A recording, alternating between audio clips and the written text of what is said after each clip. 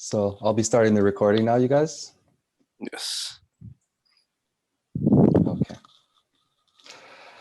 Assalamu alaikum wa rahmatullahi wa barakatuh, everyone. Bismillah ar-Rahman ar-Rahim.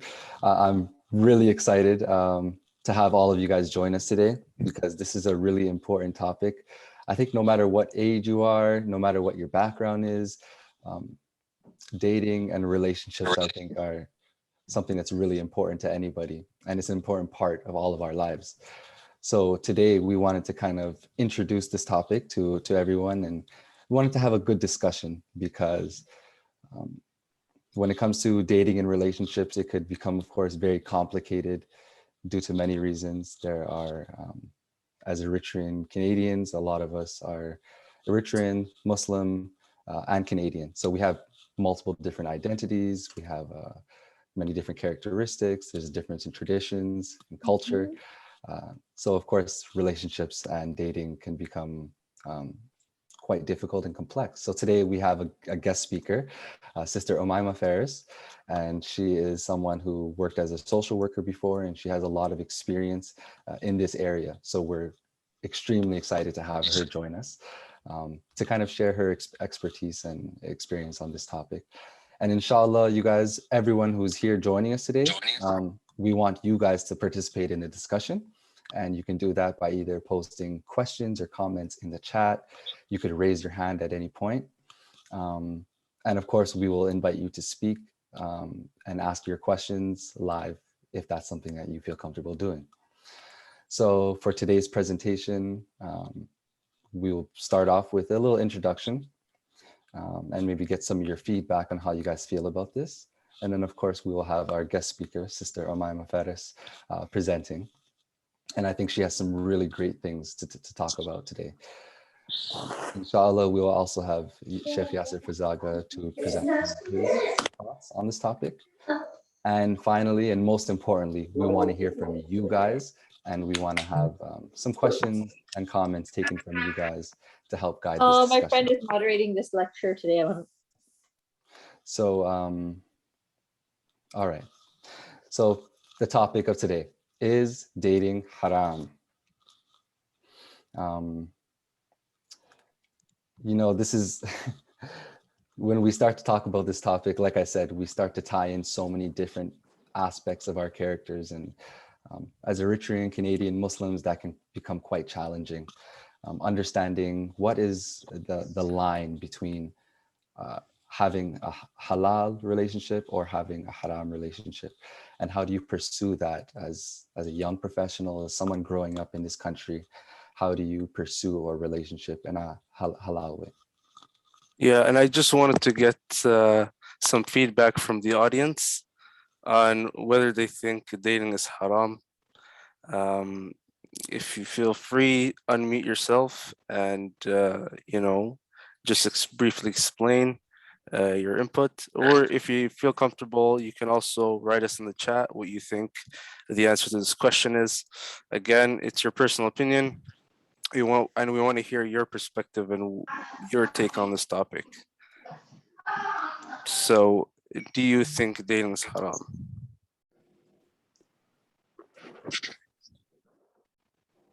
Feel free to drop anything in the chat or raise your hand, and we'll give you that chance to speak. We just want to get this conversation started before we have our guest speaker come on. There's going to be multiple of these projects that are looking to be done and globally, and that's okay.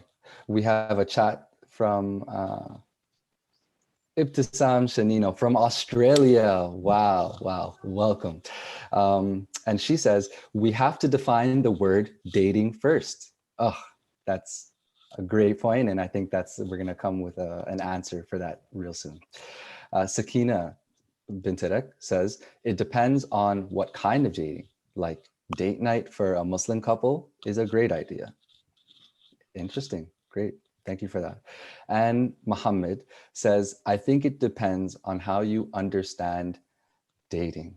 I like this, you guys. You're leading us into into something that I think our guest speaker will be touching on briefly. And from SH says, dating in the traditional sense is haram.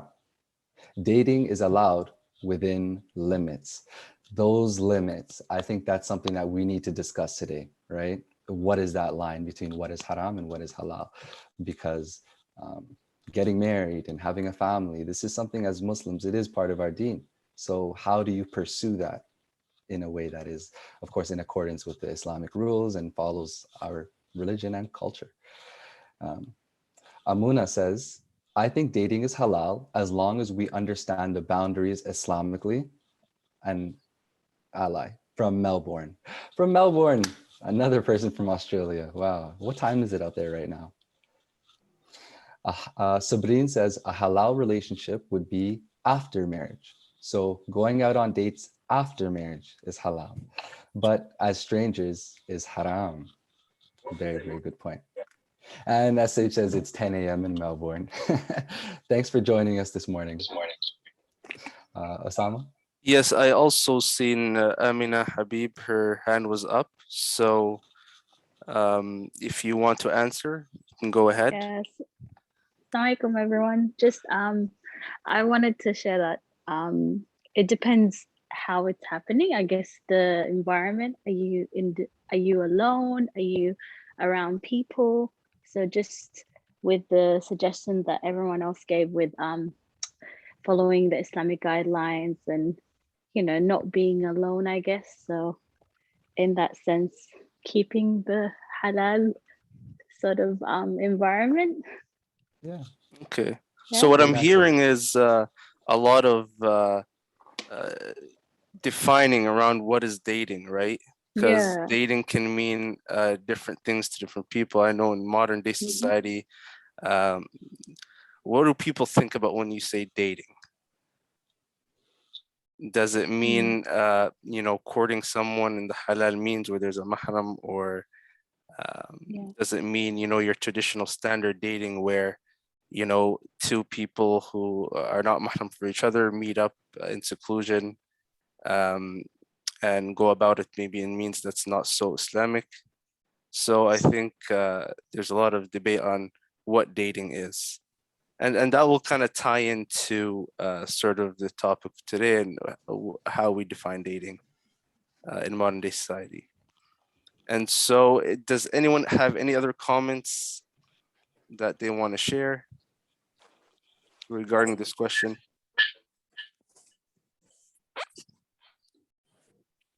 Wow. Well, you guys, thank you for that. We got some really good engagement from there. And I think this is actually a great way to start the conversation. Assalamu alaikum. Alaikum Wa salam. alaikum salam.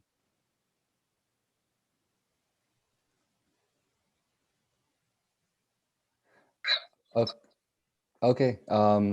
So yeah, thank you guys all for that. Assalamu And alaikum.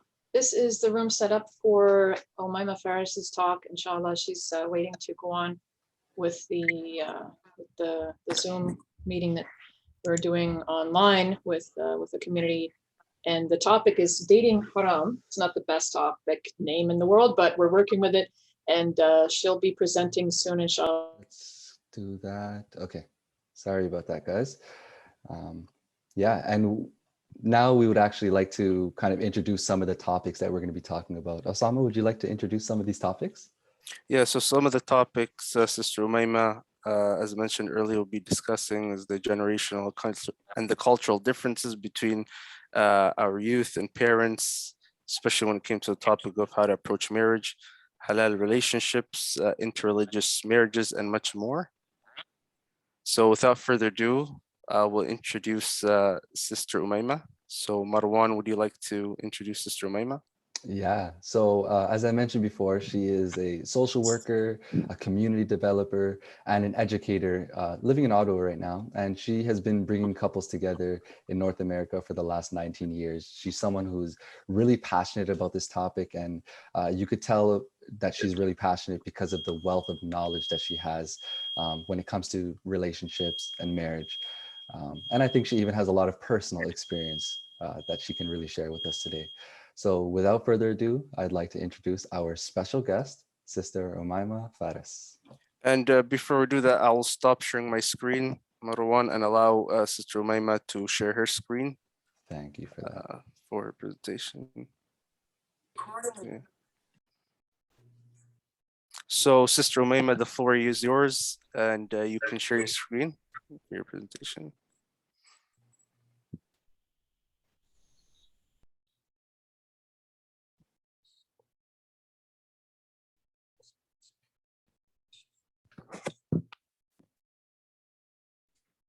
And for anybody that has any questions throughout the presentation, feel free to either drop it in the chat or write it down, because we will have a question and answer period immediately after this presentation.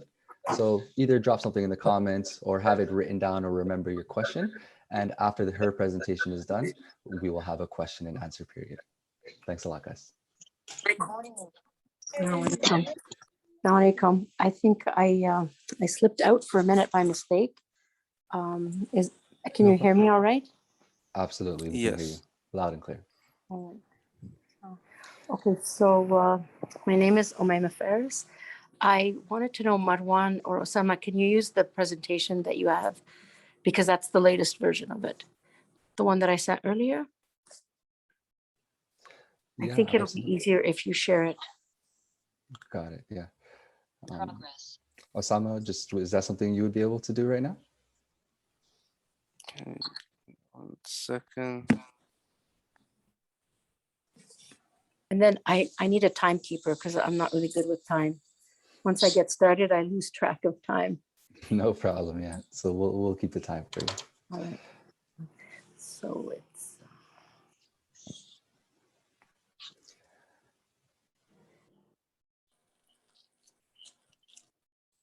Yeah, we got 54 people in this yes, and meeting I today. really like the answers people gave you, the ones in writing. And I don't know if anyone came and did it verbally, but the Yeah. ones in writing were fine.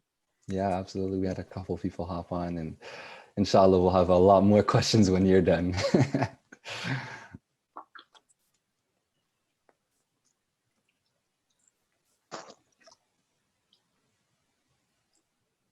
So, Marwan, yes, if it's okay, if you can.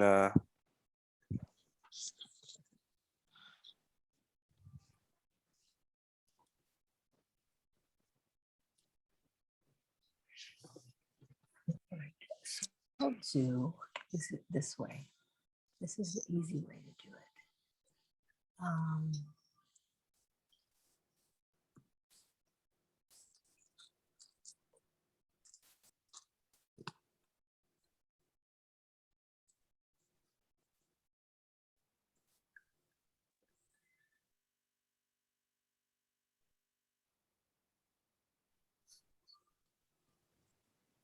All right. This way. Great. So, Sister Omaima, take it away, Yes. and I'll help. Okay, so you have the presentation. Excellent. Mhm. All right. Yes, I do. Okay. Recording in progress. Okay. I'm going to turn off my iPhone because it's causing a disturbance. Yeah, just a little sound delay there. Yes, hold on.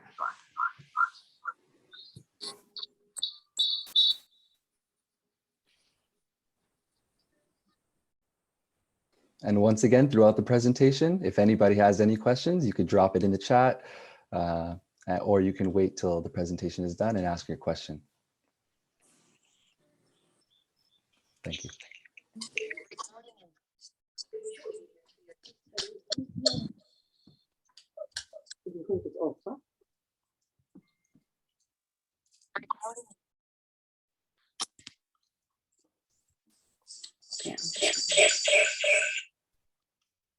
Is that better? Can you hear me? Yes. Okay, you could hear me now. So now I'm from my iPad. I turned off the phone because it was making a lot of background noise. Yeah, sound is Can you have perfectly your fine. now. video on, Sister Omaima? Yes, I do have. Actually, 1 second. Let me check. No, I will put it on now. Is that better? Yeah, that's excellent. Is that better? Because so what I'm seeing is just the CEYD. Okay, hold on.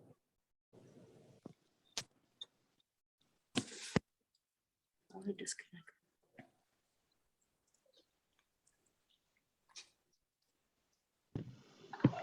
All right, ready to go? All right. Alaikum salam, can you hear me? I can. How Okay, are you? I'm good, alhamdulillah. And I'm starting my PowerPoint, so you won't be able to see it unless you get onto the Zoom call. So there's a Zoom. there's a call. Zoom, Okay. and we're doing Clubhouse at the same time. Okay. So would you be? yes, Would you I be could. willing to just send me the link and I'll get there? I'll try to do that. Okay. Okay. So, All right.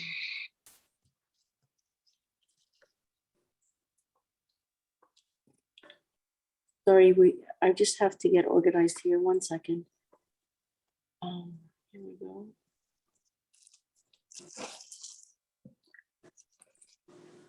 And then for everyone who's here, take a look at some of these different topics that Sister Omaima will be covering.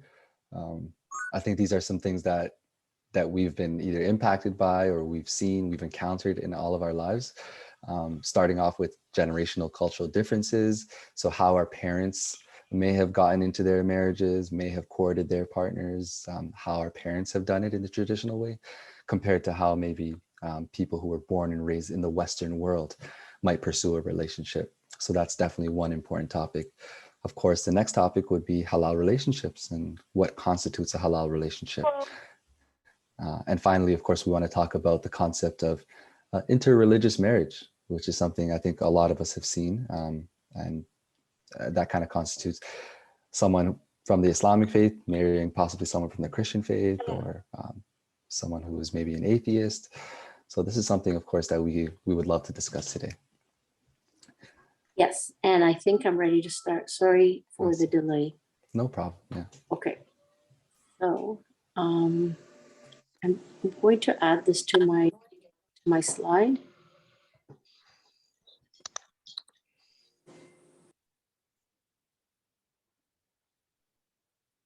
Okay. All right. So I wanted to start from the beginning. So this title, as you all have discussed earlier, is dating haram. So that's kind of a strange title, because dating has so many meanings today. When I was growing up, dating was so different, and dating today is quite different as well.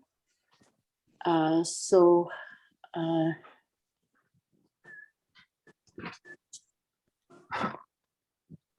I think it's important that we really look at it and kind of diagnose, what do we mean by dating? And I think people answered in the chat box. Marwan, what were the different answers? You had some people saying dating for a married couple is a great idea. What were the other options that you got in the chat box?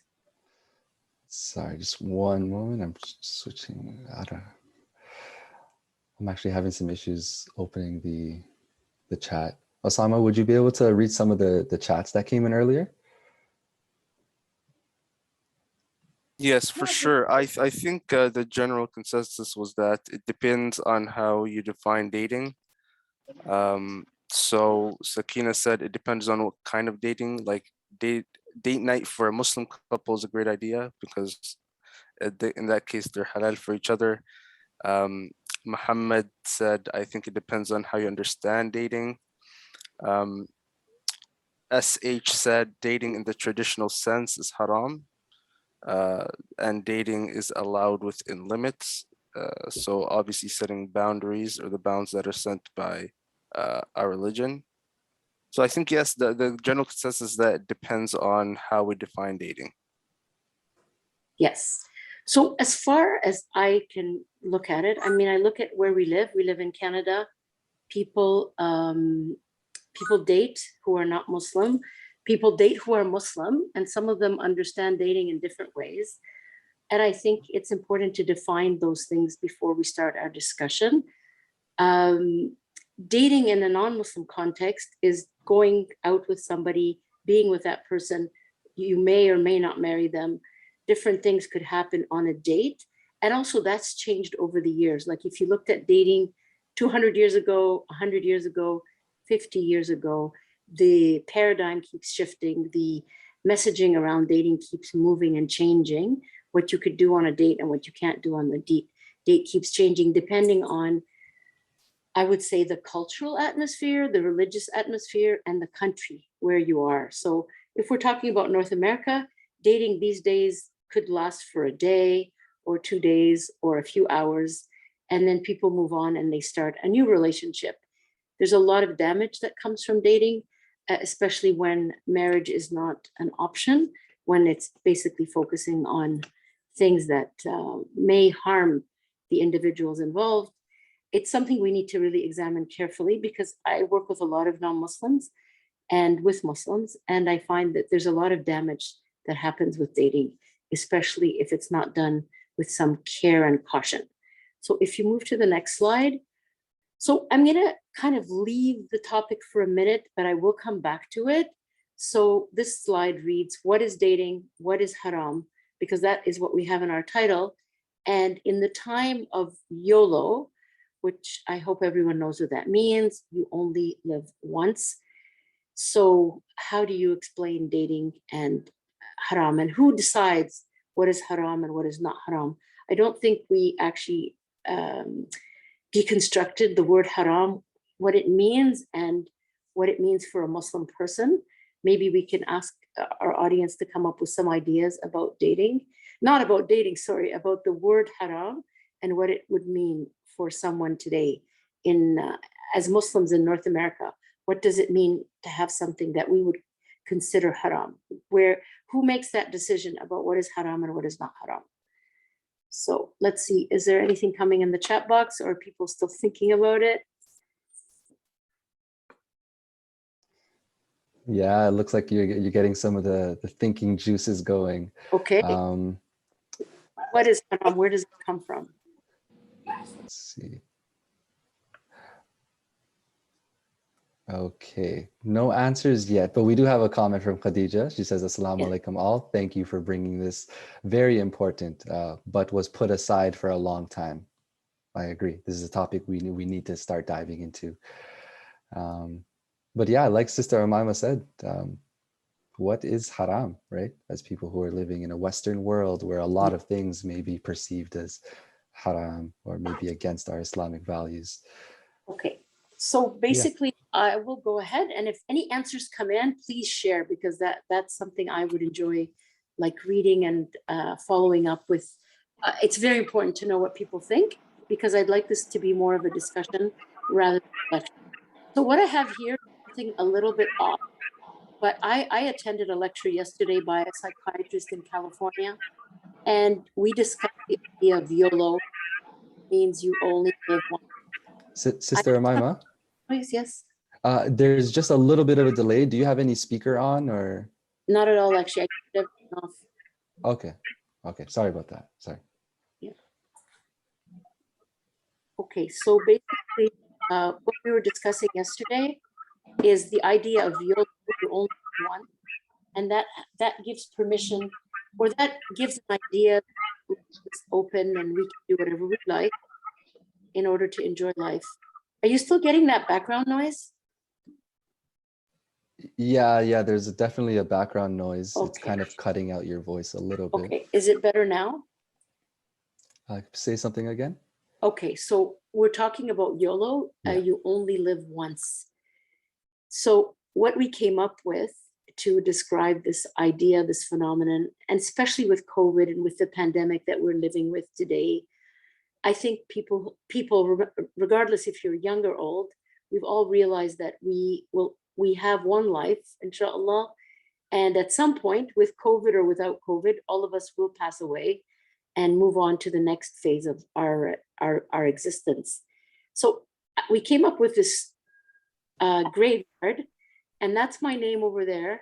And I was born in 1962, and we don't know when I'll pass away. I have no idea. But what I'd like to bring your attention to is the little dash. I don't know if you can see it. It's a tiny little dash between the 1962 and the 2021. So that little dash is actually all the time I had on earth, all the time I had to live. So what I'm trying to bring to your attention is no matter how we find our spouse, no matter how we get married, no matter how much we understand dating and what is haram and what is dating, I think it's really important to put everything in perspective in the sense that we are on earth for a limited amount of time.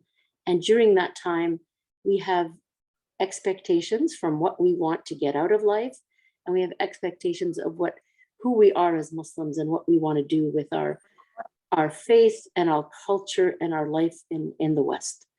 Okay, so I'm done with that slide. I just wanted to set that up because I think with COVID, everyone knows we're in a pandemic, and it's kind of brought to front and center the idea that we will not live forever. So instead of YOLO, I invite you to think of YODO, which is YODO, which is you only die. So if we're here we're not here permanently. If we're here temporarily, then what is the best way to spend our life? And what are the best things we can do before we get married and after we get married, inshallah. Okay, so my favorite movie is The Lion King. So I don't know if all of you remember it. We are on a slide, Circle of Life. I hear an echo, but it's not from me. My phone is off. I'll just go ahead and try to monitor the participants and see whose mic is on. Yeah, you guys, we have a lot of microphones on. Please turn off your microphone. It's kind of, it's just making the sound a little bit lower quality. Oh, and Marwan, I'm not sure where the scribbles came from. Like, was that you scribbling on my slides? No, I did not scribble on your slides, and I've been trying to figure that out as well. I'll forgive you. So basically, if you remember the movie The Lion King, it's all based on the circle of life. And we go through these ages and stages in our lives. We are born to our parents, they raise us. We look to become a parents ourselves. And it's a natural design designed by Allah. It's His pattern in how He created the world and how He created human beings. So you have all the little graphics there, the little child in diapers, the dad carrying the child, like all the different steps in our lives. And I think it's really important to keep our past in perspective, our present in perspective, and our future, because as we get married and we move on, we are actually following through with Allah's sunnah, Allah's pattern for humanity. And that's a pattern of childhood, youthfulness, and then adulthood and marriage. So it's a cyclical thing. And I think it's important for us to know as Muslims that Allah has a pattern for life, and we try to stay within that pattern as much as we can. And there are areas where we can get creative and do whatever we want. And then there's areas where Allah has certain rules and regulations. And I think dating in that sense is something we have to bring back to our faith and check in with dating and see which parts of it we could work with and which parts of dating will not be, I would say wouldn't be compatible with a Muslim person.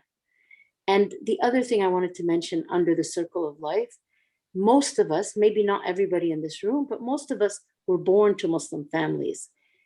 However, we need to realize that at some point when our parents are no longer there, we need to realize, or we need to make a decision. Are we Muslim because we were born Muslim, or are we Muslim because we want to be Muslim? Because it's kind of difficult to have a discussion about marriage and dating if we are not sure about our core identity, which is our faith.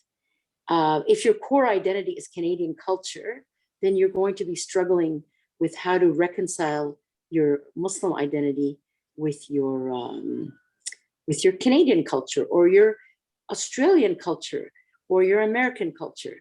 So there are, as we will discuss further, there's many things about culture that are manageable as Muslims, and there's a few things that could cause us a lot of heartache and a lot of, they're just not compatible with a Muslim lifestyle. So we'll get to that eventually. Next slide. So this slide is not mine. The next 3 slides are from an institution out of Chicago. It's called Family Youth Institute. And basically they did some studies and collected some stats about the 5. So I'm starting marriage backwards. I'm starting, instead of going into how to find a person, I'm going with what problems you could run into when you're married. So what to watch out for when you actually meet whoever you're meeting. So the top 5 reasons for conflict among American Muslim couples, and I'm assuming that American Muslim couples and Canadian Muslim couples would have very, very, very similar challenges. So on the side, you'll see that challenges with your in-laws, that is 36% of females said that was one of the top 5 things that causes conflict between a married couple. Finance, 30%, different interests, 27%, spending time together, 22%, and family or friends, 21%. So I found it interesting that the percentages on both sides were close in most cases, but not necessarily equal. However, these issues, in-laws, the different interests, attitudes towards intimacy, finances, family and friends, these are all things, most of these are things we can discuss and we can vet before marriage. Most of them, I think there's about 8 different topics. Most of them can be organized before you get married, rather than not talking about them and then being surprised later on that have different views in that regard. Okay, so so all of this is one poster, but we split it up into a few different parts. So 56% of Muslim American couples reported that they had at least one significant issue in their relationship. So this is very normal with all couples, Muslim or not.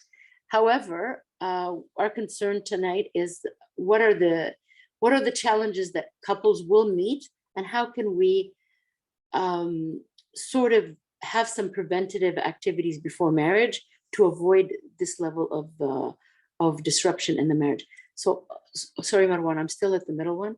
Okay, so here, and this is really important, 1 in 3 American Muslims get divorced. The statistics generally is between 50 and 60% of Muslim couples are getting divorced, especially in Canada. I mean, the stats that I'm aware of are usually in the West. However, in the East, divorces is also on an all-time high, but the numbers that I keep track of or that I read about are the ones in Canada and the United States. And then finding the key findings among American Muslims, this is really important. 80% of divorced individuals did not participate in any formal premarital education. Social stigma is a barrier to seeking counseling among Muslims. So that is basically 80% of what I do. And it is challenging because most couples before marriage don't typically want to go for counseling. And because they feel like, my parents didn't go for counseling, why would I? It's not something they really want to invest in. And it is well documented how helpful it can be before marriage or during marriage. And I know there's a stigma in all communities, even in the non-Muslim community. However, if it's something that will save your marriage or make your marriage more comfortable, I think we should revisit this and think about it. Okay, I'm ready for the last part. So this is the final part of the poster. Prevention matters. And this is what I'd like to invite you to understand, that premarital education reduces the chances of divorce by 33%.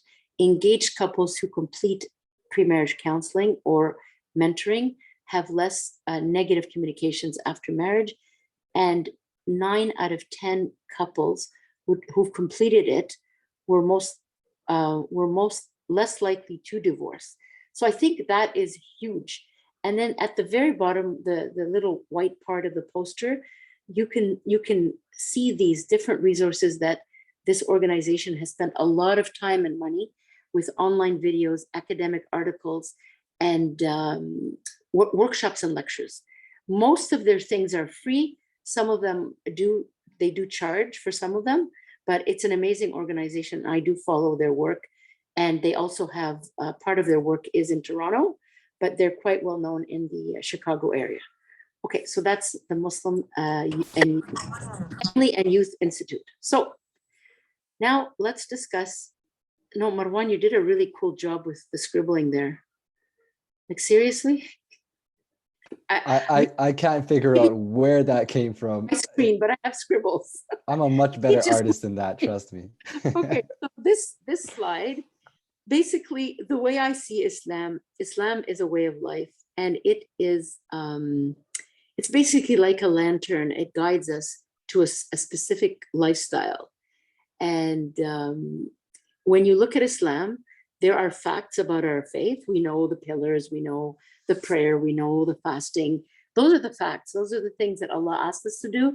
And most of us aren't really, confused about those things. Then there's things that I put under fiction. And the reason I put them under fiction is because there are a lot of things that we talk about. We think they come from our deen or our faith, but technically many of those things are fiction in the sense that they are not really part of the faith. They are just things that got intertwined with Islam based on culture. And culture, again, because we're all from different countries, most of us, and we are children of immigrants or refugees, you will find that our cultures vary, and then we intertwine our culture with the Canadian culture, and then we get a lot of fiction. And that confuses everybody, including ourselves. So what I have lower down, like no, sorry, I'm still on that slide. The parents. So basically when we're looking at marriage of a couple, so today we're going to be picking on Marwan and his inshallah future wife, Marwana.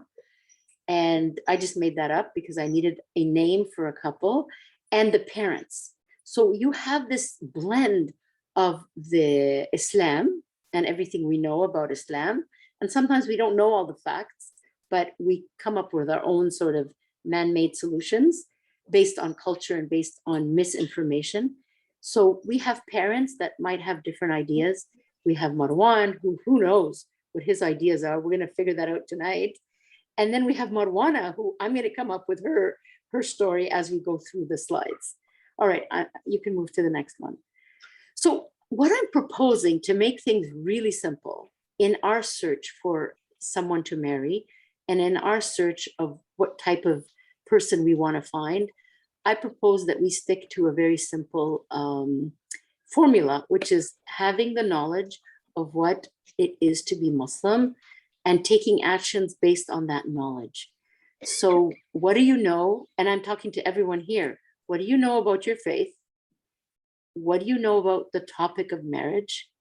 And everything, all the decisions you'll be making over the next few years until you marry and after you marry will be based on those two things, your knowledge and your actions that you take. Sometimes your knowledge will be limited. You can always gain knowledge. Gaining knowledge is not difficult, especially with the books and resources that we have at our disposal. But making choices based on your knowledge is really important. And this will simplify your life because it's very simple. You gain the knowledge that you need about the things that you're dealing with, and you put it into action. You apply it basically. And then the choices that are being made, and I have a little bunch of names here. So I have Marwan and his future wife, inshallah, Marwana. Then there's the parents, Labib and Labiba. And then the other parents, Marwana's parents, Karim and Manal. So all these people are involved because all these people are the extended family of the groom and bride. I'm ready for the swimming. I'm ready for the next slide.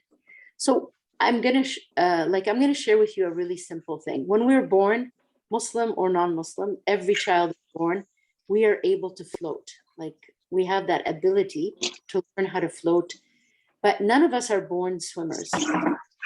Here was born able to swim on their own. So Allah gave us the ability to float, or we could drown if we don't learn how to swim properly and learn how to navigate our body in the water. So getting married without learning about marriage is pretty much similar to jumping in a pool when you don't know how to.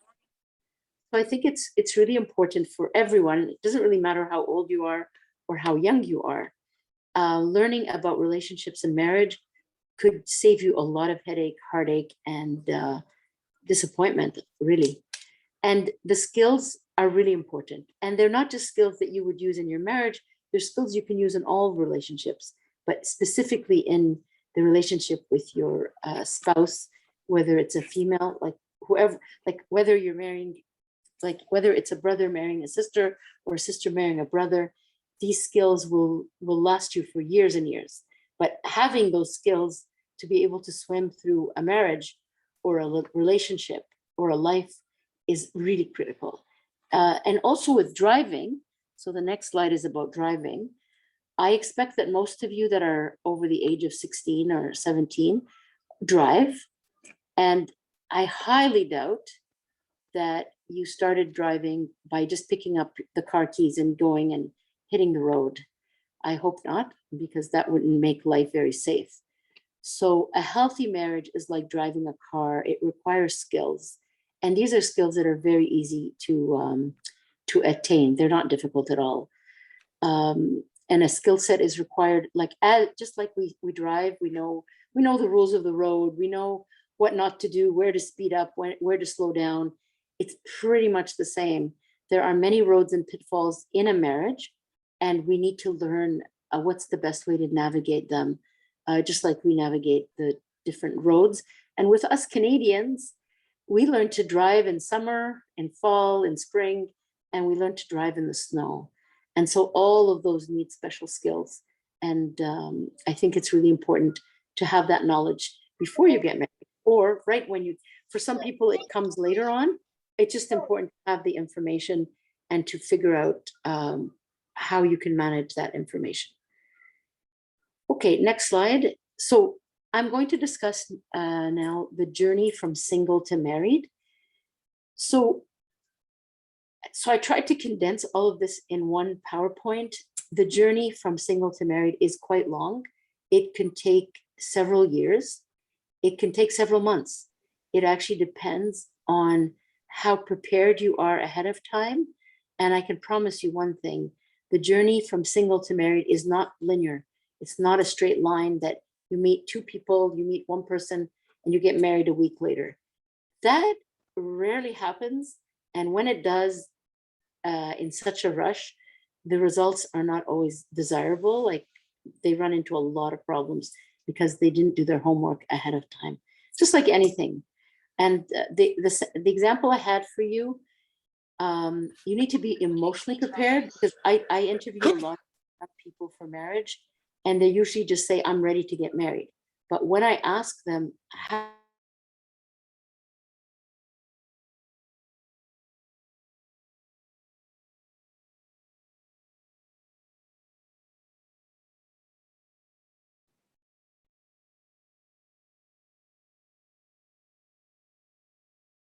okay, can you hear me now? Can you hear me now? Yes. Okay. It's perfect. So I interview a lot of people who say they're ready to be married, but when I ask them how they're ready, they're often not sure. And when I ask them, what are you looking for and what do you expect from marriage, their answers are really broad. Like, I want to marry a Muslim girl, or I want to marry a Muslim boy. But when I ask for more details, they usually haven't had a chance to really think about the type of person they would be comfortable with. So this is why I added this note or bullet. We must be emotionally prepared to meet many people who may not fit.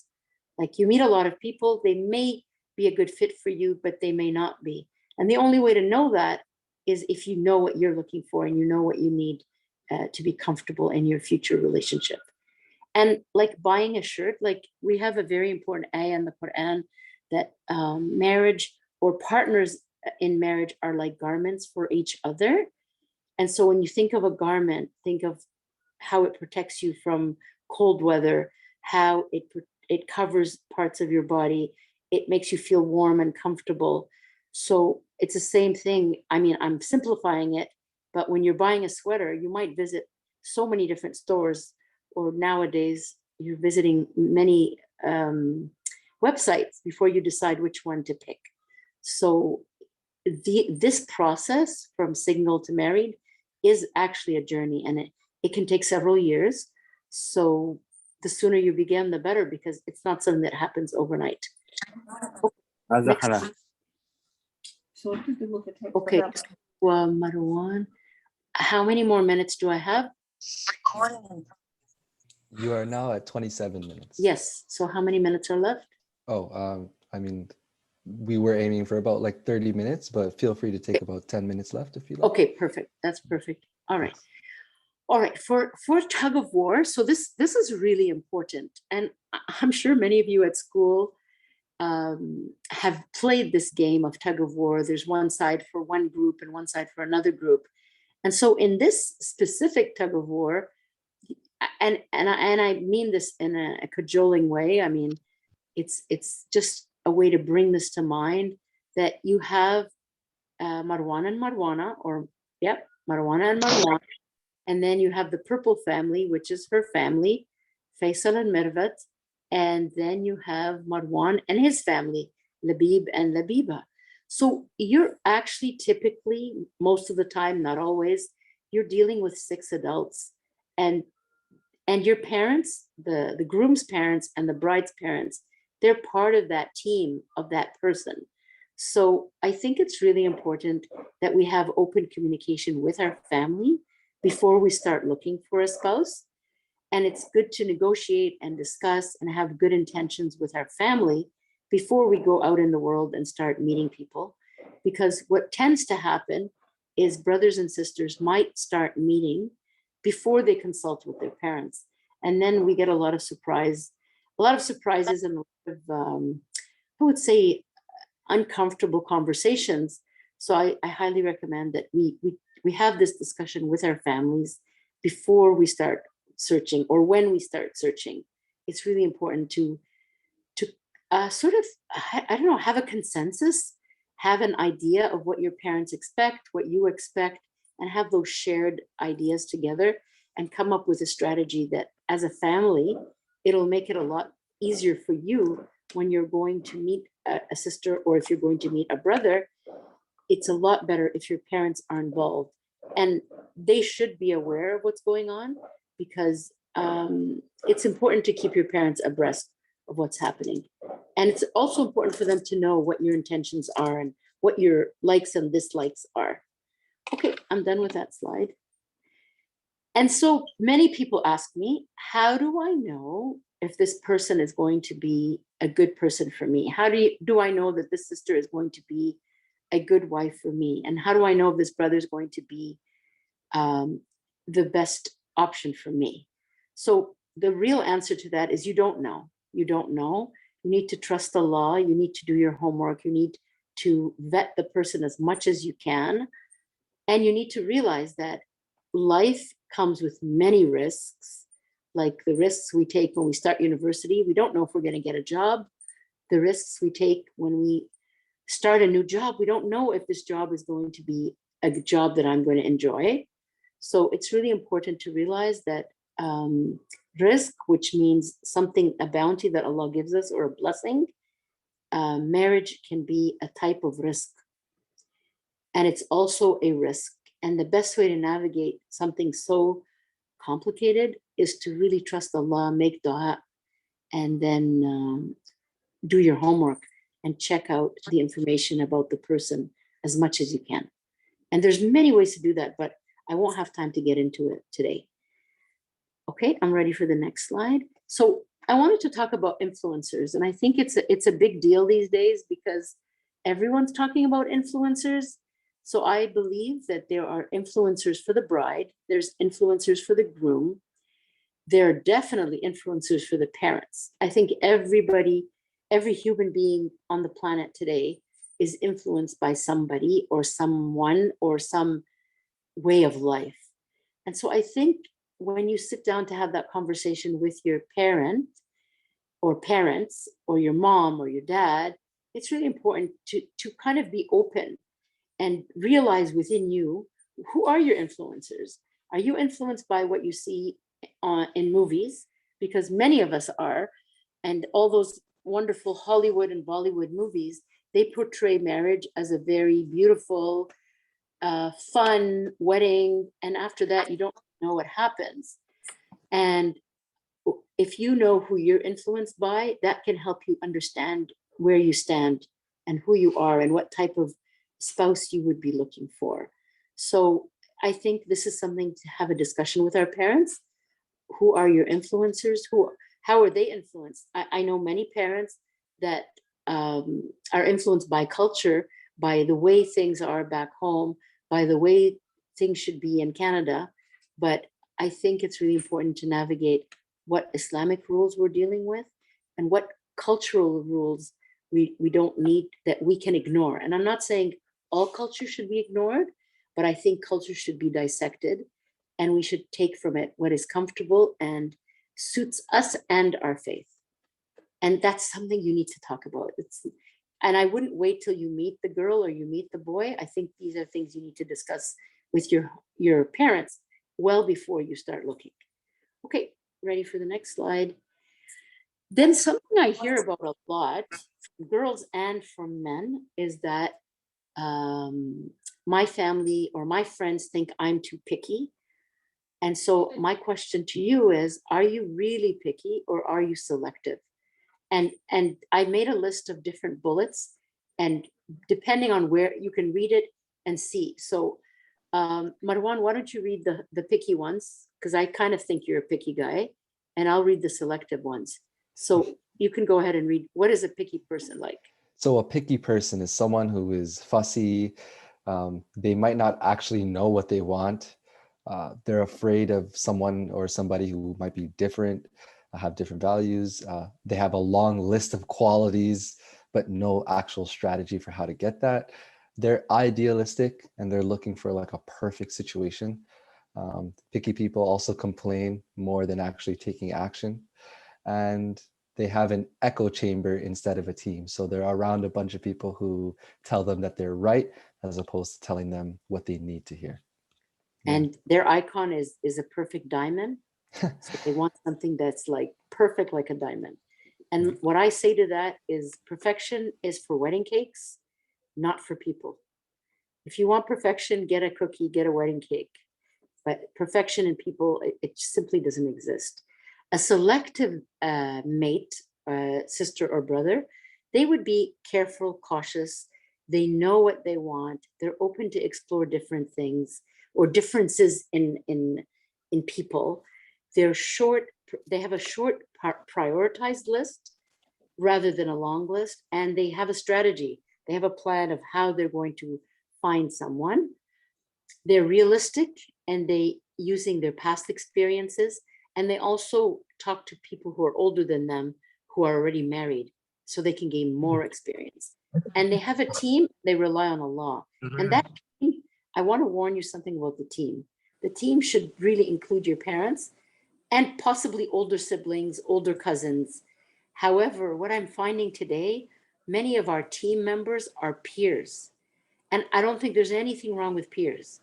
But when you seek advice from people who have less experience than you or the same experience like you, it's really difficult to get advice from them because their knowledge base is equal to yours. So when I go to a mentor in my job, I usually go to someone older, someone who has more job experience. I seek someone who knows more than me. But if I go to my peers, that's pretty much the echo chamber. Okay. And then something I found out through my clients is that people go window shopping and they think they're looking for a mate. So sisters and brothers, tisk, tisk, tisk to the Muslims who are on these apps. These apps, my dear, lovely young professionals, they're not designed for marriage.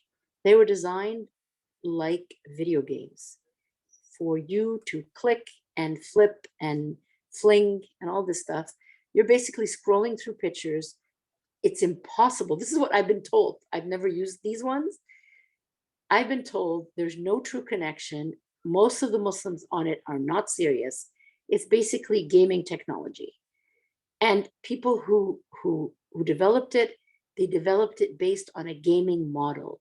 However, the one that's called Mazmatch, I've heard better things about Muzmatch than the other ones, but even with Muzmatch, there's been some good outcomes, mashallah. And the way to, I have different ways of using Muzmatch that would make it more efficient, but I'm warning you to be very careful, because what I've heard from the people who use these apps, they're very disappointed and they're usually heartbroken because of how things progressed. And the reason I call this slide window shopping, it reminds me of a time when someone would have $10 or $15 and they want to buy a car, and they just keep going back to the dealer, testing out the car, but they're not ready. They don't have the money for it. They just want entertainment, and they just want to be fulfilled by, touching the car to the dealer. But essentially, they're not getting the benefit of it.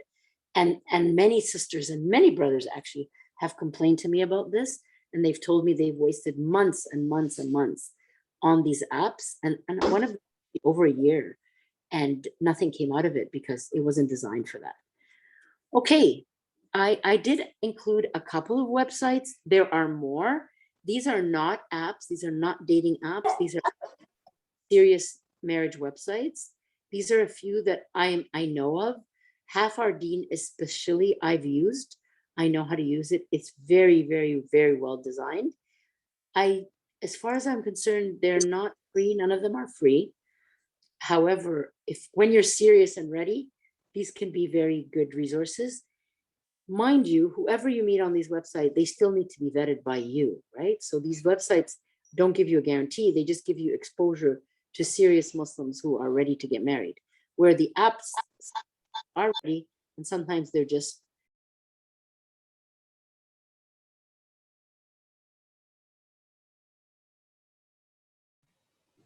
Sister Omaima, just yes. all right, there we go. We're good. I think we have one more. It's really interesting because I'm getting muted on my own. Like I'm not even touching anything. Yeah, Next slide. Okay, so these are a bunch of books that I use. So the way I do it is I have people select a book, and we use that book for their journey of learning about marriage and what to look for and what to expect.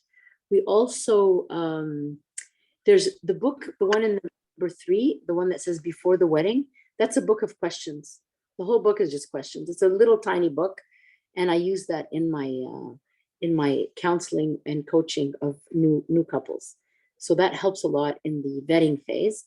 There's more. There's a bunch of books, and there's one book that I read many, many years ago. It's When Muslim Marriages Fail, and that tells you how we rush into things. We don't really vet the person properly. We get very disappointed, and typically those marriages don't last, typically. And if they do last, they're difficult marriages, and we want to avoid that as best as we can. There's a few other resources moving along. That's more. There's one I want to bring your attention to, but it's written by a Canadian imam. It's the red one, Happily Ever After. That is written by Sheikh Ala Is-Sayyid from Mississauga. And I believe he teaches the course as well. And that's an excellent book, excellent book. And the one next to it is The Smart Single Muslimah. That's written by a sister in the UK. It's new, it's maybe 2 years old. And she's writing her second book.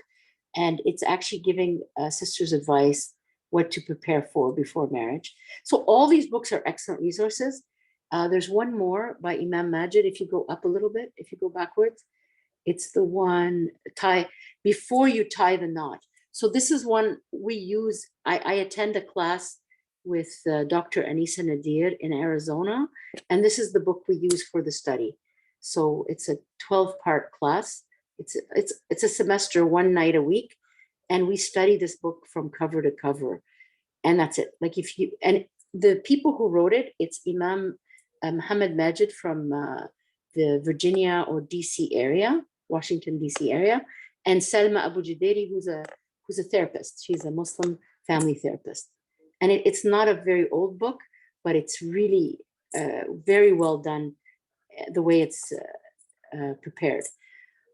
Okay, I'm pretty much done. I did want to cover one thing that was in our comments, in the earlier comments. It's the whole idea of interracial marriage and cross-cultural marriage and interfaith marriage. So as far as that is concerned, again, that goes into the discussion that you have with your parents. It's really important to make sure everybody's on the same page, everybody's understanding things from a similar way. You may not always agree, but this is your family, and it's important to have that discussion ahead of time. I find that cross-cultural marriages are perfectly Islamic. However, they are more complicated, especially if the families don't agree. So it's just something to be mindful of when you go into that type of relationship. As far as marriages where the persons are from different faiths, this one, we actually have to be very careful with it, because we need to understand that if the person isn't Muslim, then maybe the children will not be Muslim either. So that's where we need to understand what our faith says about this topic, how we can navigate this topic. So especially for women marrying non-Muslim men, this can be extremely tricky, and it's not really the way of Islam. And for men who marry non-Muslim women, they actually need to know that they need to navigate this very carefully, because it may be that the children are not going to be Muslim. So it's something that requires a lot of thought and more time to discuss than the time we have today. More books, yes. And there you go. I'm pretty much done. I am open to questions. I covered as much as I could in a very brief time, and I'm happy to answer any questions. Yeah, thank you so much for that. That was incredible. You jam-packed a lot of like super important topics, and I love the fact that you were able to highlight a lot of those different important topics. Some of them, as a young guy, apply to me a lot more than others. When you started talking about just kind of like the dating climate right now, or the relationship climate, and that a lot of people are using dating apps. This is something a lot of young people have either gone through or thought about, have friends who have done that. And also, you mentioned earlier, knowing how to identify yourself and knowing your own identity before pursuing any kind of serious relationship, because that is imperative to having a healthy relationship, is knowing who you are and what you want. So a lot of great nuggets of information that you have. And one thing I remember, like, I mean, when one gets married, one is not planning to get a divorce. One is planning to build a life with another person. So I think it's really important that at the foundation of that we are pleasing Allah and we're doing things in a way that would get us to a very good result. Mm. And I look at it like when we, each of us went to university or college, right? I mean, we try to avoid cheating on exams. I hope Muslims are not cheating on exams. We try to be honest about plagiarism in our work. We try to show up to class on time most of the days. You know, like we do our best effort to not sort of do any sinful activities during our day, right? Because no one knows if they're going to live long enough to get married, right? You don't know. So until you get married, you try to sort of work on yourself and train yourself to be a more complete human being. And I think in university, I mean, we're spending 3-4 years studying, and we do our best, and then Allah takes care of the results, right? So that's what I just wanted to elaborate on, and I'm open for other questions, inshallah. Thank you so much. And I just wanted to add one quick point. All these resources and references, if you don't mind, Sister Omaima, we'll kind of compile them into a list, and we can post it on our Instagram. For anybody who has us on Instagram, we will make a post with all of this, the list of different resources for anybody who's interested in finding these books, reading them. I'm sure you can find some of these books at the library. If not, you can probably purchase them online or something. So yeah, thank you for that. And if anybody has any questions, please drop something in the chat. I'm going to go ahead and check in on that right now after I mute some people. You guys, let's try to stay muted. And we have some comments. Osama, would you like to look into some of the comments and see what people were saying? Yes. So Sister Sara Zaila, she has a question and her and a comment as well. So For those who engage in the haram version of dating, what type of damage control should they participate in, given that they are emotionally attached themselves to someone they shouldn't be with at the time when marriage isn't an option? Great question. So I didn't get into that, but what I'm finding, and this is happening obviously in the non-Muslim community quite a bit, is that, so let's say, so Marwan, I'm gonna bother you again. So let's say Marwan and I met on, what is it, Bumble, Mumble, whatever that thing is, Tinder, and we're chatting and we're chatting and we're chatting, and then the sister starts to have feelings for Marwan, and then Marwan figures out, you know what, this sister is in Toronto, I live in Ottawa, I'm really busy with work right now. After 2 months, Marwan moves on. He just gets busy with work, studies, whatever. And then basically the sister is left hanging. And her heart, Allah created us to have emotions. Like, I don't control my emotions, right? My emotions, Allah gave me those for a reason. The challenge for us as young Muslims is that when we place those emotions on the table before marriage, we are putting ourselves in a dangerous position. So damage control would be to stop the activity as fast as we can and ask Allah for support, because what else can you do? You need to ask Allah for strength and support to manage your heart. And what I advise many girls, we cannot get emotionally attached until we are on the path to marriage. But if I'm just talking to a guy on one of these cool apps, it's just dangerous. It's just dangerous. Like, and I'm not even talking about haram and halal. I'm talking about the slippery slope of getting hurt. And when I'm with my non-Muslim girlfriends, they're damaged. They're damaged. And if you listen to any of the songs that are out there, people are just, what are all the lyrics that are coming out? It's all the pain and the agony. And yeah, but it's self-inflicted. Like, I don't want to be judgy, but if I'm in pain because I'm actually hurting myself, am I going to blame the men for that? I can say men are terrible. They did this to me. They did that to me. Yeah. But my dear, you put yourself out there. Right. And men, same thing. The whining I hear from the men, oh, I talked to her for 2 months and she dropped me like a hot potato. I'm like, yeah. Anyways, I've heard a lot of stories, and it's so easy to blame on both sides. It's just safer to protect yourself from being on these places. I don't know what else to say. Are there any other questions? Thank you for that. Yeah, there was actually a few different comments being made, so let's go ahead and check that out. Earlier, actually, there was some responses to what your question about what is haram, and there was a response there, actually a couple. According to Islam, it is, oh, this is what Salim is saying, Salim Nabrai. According to Islam, it is not forbidden or haram for a man and a woman to be together in a place where other people can come and go, and there is no fear of committing a sin. So dating in Islam is not forbidden. Conditions are observed. However, both parties should make sure to limit these meetups to a few sessions. At the end of these few sessions, they can usually decide if they want to marry or not. So kind of like you said, is getting into this relationship for the purpose of marriage. It's not aimless. I love the way the brother described it. It has a beginning, it has a middle, it has an end, and has a purpose. So when we use dating that way, it's not the typical way dating is being used. Yeah. It's sort of like Islamic, I don't even want to say Islamic dating.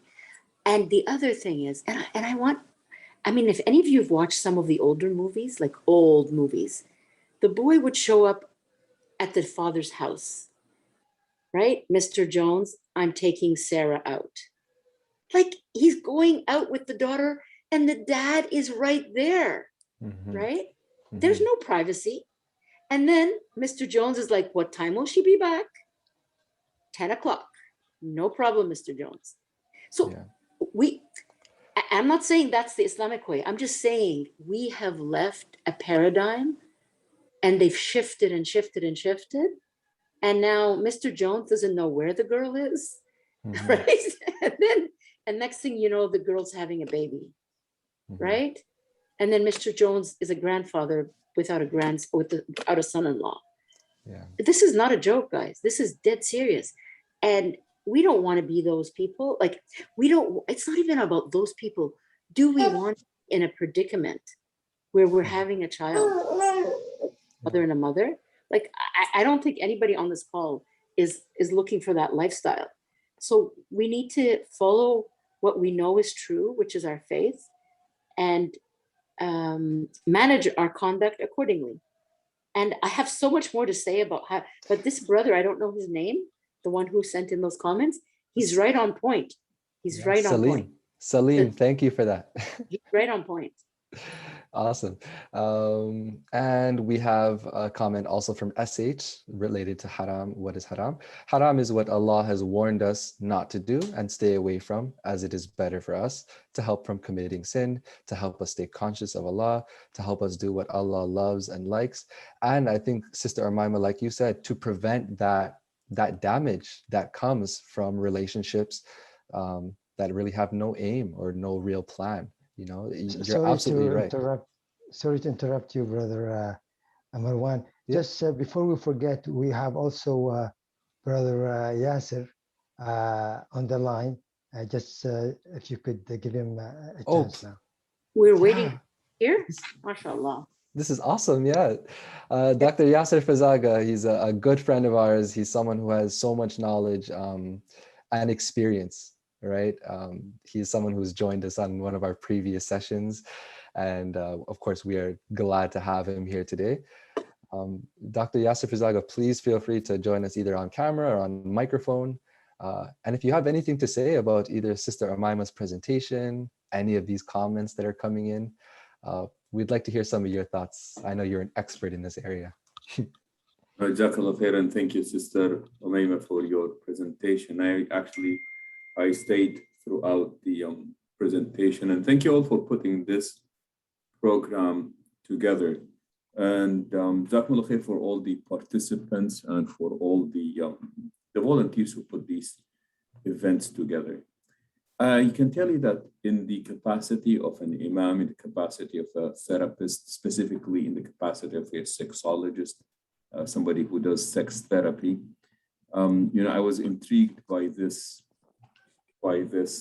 title, is dating haram? And just leaving aside what we mean by haram and what we mean by dating, I think we have a general idea. I think the premise in Islam is that it's okay for a man to want to be with a woman. It's okay for a woman to want to be with a man. That is just natural. And Islam does not have a problem with people being together as long as they bring an ethical value to the relationship. And that ethical value in the relationship comes in the form of marriage. I'll share something with you very quickly. There was a teacher when I was at UT Austin. He wrote a book titled Cheap Sex. And basically what he looked at is the sexual behavior of college students and teenagers in North America, specifically in Canada and in the US. And nowadays, what we have is that we have this idea of a hookup culture that is taking place. And basically the hookup culture, it used to be in the past that if a man is interested in a girl, they would have to go through so many loopholes in order to finally get what they want. What the hookup culture did is that you no longer need to do any of this. People go into these relationships, very temporary relationships, to misuse and abuse each other's bodies because they're attracted to each other by the flesh. And you do not need an exit strategy. Emotional commitments are not expected. Emotional investment are not expected. People just go in and out of these relationships. And if I may just share some of these findings with you. Is it okay to share my screen very quickly? Yeah, just to give you an idea, I believe you can see this. This is what they found out in the hookup culture. That is what happens when people initially get together. And just to give you an idea, in the hookup culture, usually the female is at a disadvantage. Okay, so the purpose always throughout this presentation presents the females. And what people see here is that, okay, so people hook up, and we're talking about, this is like the first hookup that people are having, and they are already sexually active in different forms of sexual activities. It gets a little bit more interesting. And that is, how well did you know the person you hooked up with before you hooked up with that individual? Not at all. A little bit, somewhat, moderately well, very well. Just to make sure that you guys are not deceived by this graph, this is actually not the highest point of the graph. You would have to come back here and add all these up. That is the 21 and the 19 and the 11%. This is more than 51% of the people actually somewhat knew the person, somewhat or less knew the person. So do not be deceived that, you know what, this graph is actually, oh, people really know each other well. It gets a little bit more interesting as well. How many times had you previously hooked up with this person before this hookup? And again, you see what is going on. Not really much happening there. How drunk were they when you hooked up with them? And again, you see what is happening in these relationships. Have you contacted your hookup partner since you hooked up? Okay. And then again, you look into what is really going on with these people. Number of hookups, but the idea here is that everything with the hookup culture nowadays really revolves around the flesh. It revolves around sex and sexuality. Okay, and then you go into, this is not really what I wanted to share with you, but this is what I wanted to share with you.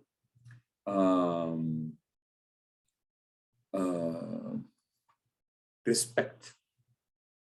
This was really telling. Respect and hookups.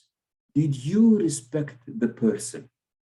Respected your hookup partner less, or felt that your hookup partner respected you less? Look at these numbers. Look at what happened after the hookup. Look at 55% of mostly women felt that they were disrespected by the people after the hookup. Okay, then I think the final one is also interesting somewhat. Again, men and women not interested in romantic relationship with the last hookup partner. The men are not interested. They got what they wanted and they moved on. Basically, what happens in our deen, there is this notion of a healthy distance, keeping a healthy distance between you and the other person. That healthy distance is both emotional as well as physical. You know, the idea of just wanting to spend time with a guy, wanting to spend time with a girl, that stuff, please don't go there. That stuff, that's not really it's not part of our deen, nor is it ever part of our culture or part of our tradition. The only time that we are allowed to come close to somebody from the opposite sex is if we are genuinely interested, we see in them a potential spouse later on. But like, I love the way that Sister Omaima mentioned this earlier, and that is, look, you have $15, but you're looking at a $20,000 car. You go there and you test drive. Like, you can't afford this. You're not ready for this. You know, the idea of just doing this, that does not make sense. So what we do is that we teach this idea, the fiqh of healthy distance, and that is, you keep a distance. That distance is both physical as well as emotional. I remember when I first came to the States, I did not speak much English. I think I told you this before. I only spoke 2 words of English, good, very good. And what happened is that I would see my classmates, and it would be lunchtime, and they would be making out and they would be kissing, and I just walk up to them and I would just say, by the way, when are you guys getting married? This is in high school. And people look at me and say, who said anything about getting married? I said, oh, you seem to be going at it. And they would say, oh, we just like each other for right now. Wallahi, it did not make sense to me back then. It does not make sense to me now. Why would you be making an emotional investment with someone knowing that it's going nowhere? Why would you do that? We will say, oh, because a bad relationship is better than no relationship. It's the silliest thing I have heard. And to be perfectly honest with my sisters, sisters have more to lose in these types of relationships than brothers do. As the UT Austin professor, in his book Cheap Sex said it. He said, think of sex, and this is going to be just the last thing I say, and I'm out. But he said that think of sex as a commodity that women have that men are after or men are seeking. And this is not to cheapen the whole idea of sex and sexuality, but he said that just in order to understand it, said that there is just so much of it out there. And what we're seeing is that less people are interested in getting married. You've created this playboy, playgirl culture, because remember that novelty in sexual experiences make sexual experiences very passionate, and they make them very, very intense. So what happens in the playboy attitude and the playgirl attitude is that the novelty is constant. You meet somebody and it's the first time and it's really great, and after a while the novelty goes away, you find somebody else and you hook up with them, and then you find somebody else and you hook up with them, and you create this type of a playboy culture, and ultimately eventually settling to one person becomes really, really difficult. And I think Sister Omaima alluded to it. I think we should be very clear about a Muslim girl may not marry a non-Muslim man. It is haram. You may not marry an atheist. Because remember, even in our deen, when I do premarital counseling, there is something that we refer to as compatibility time bomb. Okay. And what that basically is that, right now everything seems to be hunky-dory and people are doing really well. But then, especially when it comes to religious differences, because this is part of the compatibility time bombs that we look at. Compatibility time bombs are things that, like a time bomb, you never know when they will explode. So she is Christian, he is Muslim. He tells her that the kids are going to be Muslim. She agrees to it, and then she becomes pregnant. She has a baby, and all of a sudden, she is experiencing spiritual awakening, and she wants the kids baptized. You go, wait a minute, but we agreed that the kids were going to be Muslim. She said, well, I've never been pregnant before, and now I'm just experiencing these spiritual awakenings, and it's very important for me that I get my kids baptized. And it's so these are not things that you want to mess with people. These are not things that you want to mess with. But again, I think the point here is that healthy, safe distance, I think, is very crucial. And I'll stop. Jazakallah khair, Dr. Yasir. By the way, I never finished my PhD, so I'm not a doctor. Okay, Sheikh Yasir Fazaga. Thank you. And he's humble too, intelligent and humble. This is why we need to hear from people like Sister Omaima, from people like Sheikh Yasir Fazaga, because they have not just the experience as adults who have been through their own relationships and have gone through this themselves, but as experts who have encountered many, many people from different backgrounds, different cultures, different religions. Like I said at the beginning of this presentation, when it comes to relationships and marriage, this is something that affects humans across the board. And I think as Muslims, alhamdulillah, we do have a guide. We do have a little bit of a guide, right? In terms of what we are taught and the values that we all share. So thank you for the comments that you guys have both made. And I would like to open up the floor to anybody to ask any questions. We have some comments coming in right now too. Marwan, I have a question for Sheikh Yasir. Yeah, please. I have two questions. Jazakallah khair, Sheikh. I've been following you for a long time. What a waste of time. And I just appreciate the work you do. And I have many of your recordings that I listen to over and over again from RIS. So I'm a big RIS fan, and that's how I found you. And then I've been following you wherever. On YouTube, like, do you have any recordings that I can access that, like, are there other things out there that I might not be aware of your work and your lectures? I think Peace TV did put out something, and thank you for saying this, Sister Omaima.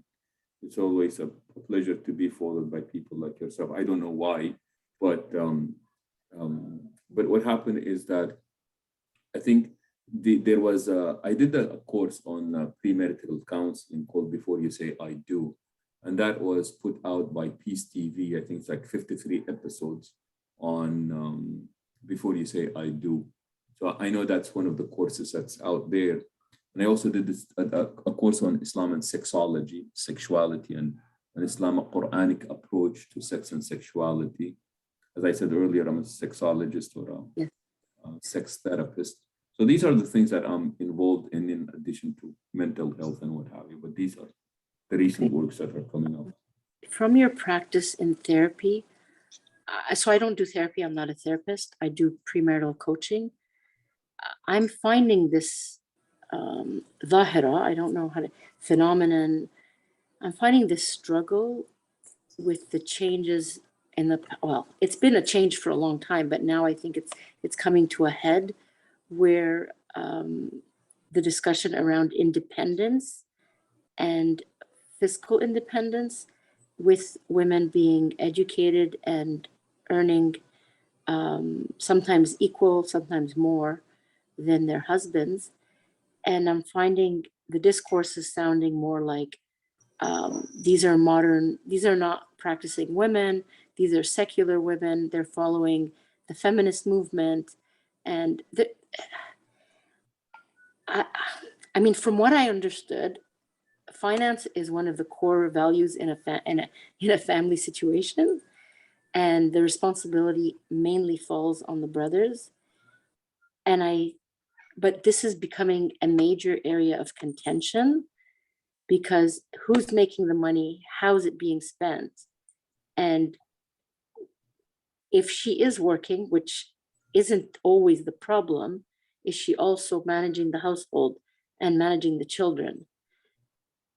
And so how are you managing this piece in your therapy and in what you see? Like, is this a big issue, or is it just here in Canada? Yeah. So what happens is, usually when we do premarital counseling, we point out as to the three major reasons why people have marital problems. So you either married the wrong person, you got married for the wrong reasons, or you married the right person for the right reasons, but you are living and loving the wrong way. And when it comes to living and loving the wrong way, there are usually 6 universal issues that married couple go through. Some more than others, some may experience all 6, some may experience one more than others. But they are mainly communication, finance, intimacy, time, kids, and in our culture, in-laws. And then, so what happens is, in these 6 areas, communication and finance are actually on top of the list. And finance does not always mean people are going through financial pressure or financial difficulties. It is, how do we spend the money? How much do we save? Where do we save it? Where do we spend it? And so on. It is further complicated also. I mean, most families nowadays, it's very difficult to survive on a single income household. So what happens is that people have to work together. Well, now in this togetherness, which is greatly appreciated, especially if the man is unable to afford it on his own, well, what does that do to the family, and how does that impact the family? And there is a lot. You're talking about a lot of consequences to this. So it may give financial relief to the family. And the question is usually, at what expense is it giving that financial relief? What I mean by this is what you just mentioned. Okay, I'm working outside as much as you are. So are you going to be helping with what needs to be done around the house?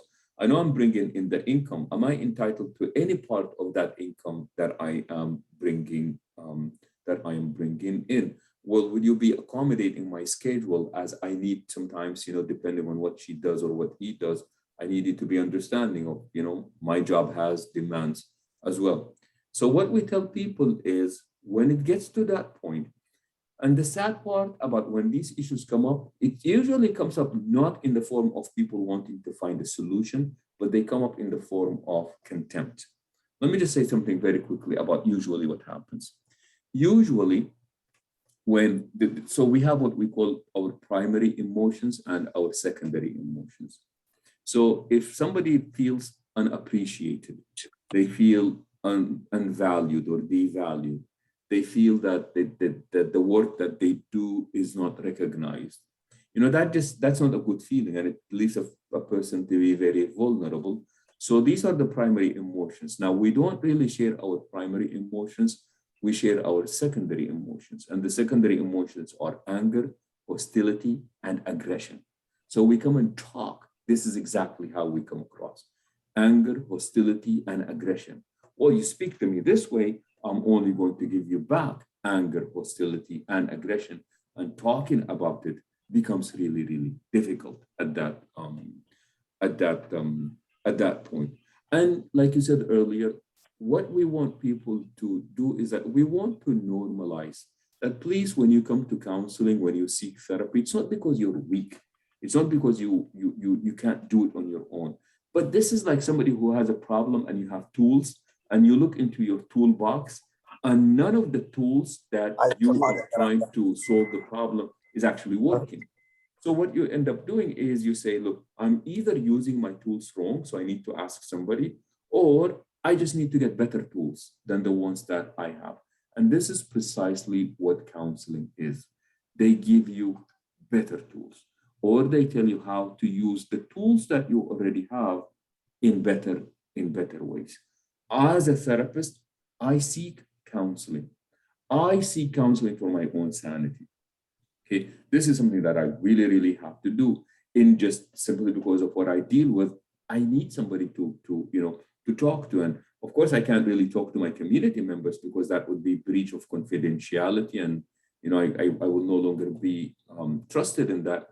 But we therapists, we have our places to go to receive, that type of help. Jazakallah khairan. Thank you. Great answers. Thank you so much for sharing that.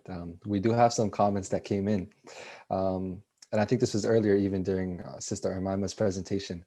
Mahmoud Noor says, when I was planning to get married, son, marriage is like a tree that you are seeking a branch of it. Choose the right tree where the branch you want to take is. The tree that has a strong root, the strong trunk, and the nice fruits is like a family that has good deen and akhlaq that will produce this beautiful fruits on its branches.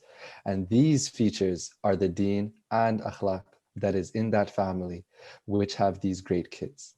And you will be attached to this tree where you choose your wife. So choosing the right wife will be the best life partner who will raise your children the way she was raised. And he also continues by saying, also the other way around, if she chooses the right husband. You must be a poet, Muhammad. That was very beautiful, very beautiful. Sheikh Yasir, do you have any comments to that? It's like reminds me of a saying. They say that, a happy marriage is when one of the partners thinks to themselves, I got a better deal in this one. And I can tell you this, and I'm not afraid of saying this publicly. My wife has got the better deal in the marriage that we have right now. So the metaphor is nice. And there is actually a prophetic saying, this notion of al-manbat al-hasan, a good fertile soil where the individual grew up in. And that is, when I do premarital counseling, I usually ask people, and I say, what happens is, would you want your parents' marriage? That's one of the questions that I ask people. And the reason I ask that is because I want to see if a good, healthy relationship was modeled before these people. See, sometimes it becomes very difficult. It's like, what does a healthy relationship look like to you? Was a healthy relationship something that you saw growing up between your parents? Is there anybody in your circle that you can look at and say, I want my marriage to be like that one? And when people are exposed to healthy relationships, we are in a better position to model these healthy relationships. And please, this is not to guilt people if your parents divorce or your parents are no longer together. It doesn't mean that you're not capable of having a healthy relationship. That's a'udhu billah, that's not what I am proposing here. But I think what happens is our chances of being in a healthy relationship, having been exposed to healthy relationships around us, they increase and they make us better partners in providing what has already been modeled for us throughout our lives.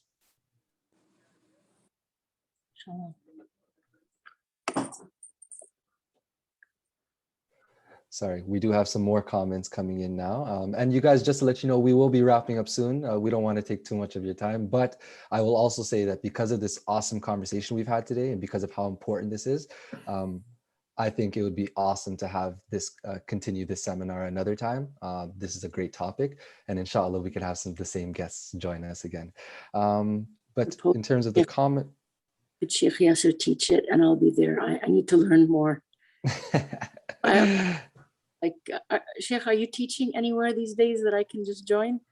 I am teaching. I'm enjoying teaching high schoolers. So I have a course. I teach a course on Islam. And I teach a course on Islam and psychology. I'm teaching an AP psychology now, and I'm teaching Islam and sexuality. And so that's really nice.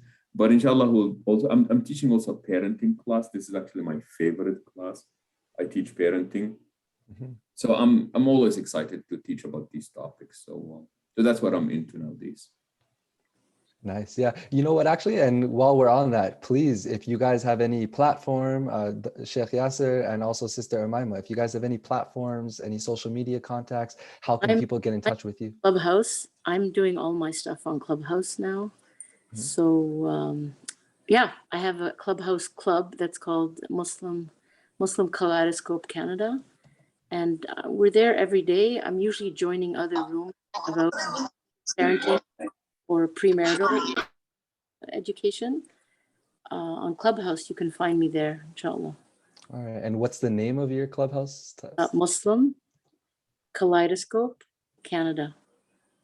Okay.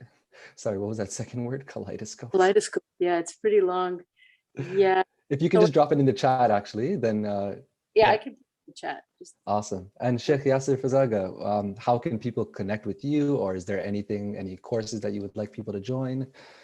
This is, you can plug whatever you'd like. To be honest with you, when it comes to social media, I am really lazy. I haven't really picked up on that yet, and I don't really have anything that is worth of being permanently out there. So right now, I really don't have anything going on. Okay. And if anyone does want to connect with you or anything, if you're comfortable, you can maybe leave an email address. I'm sure people would love to connect with you. I can share my email address. All I ask for is that I eventually get back to people.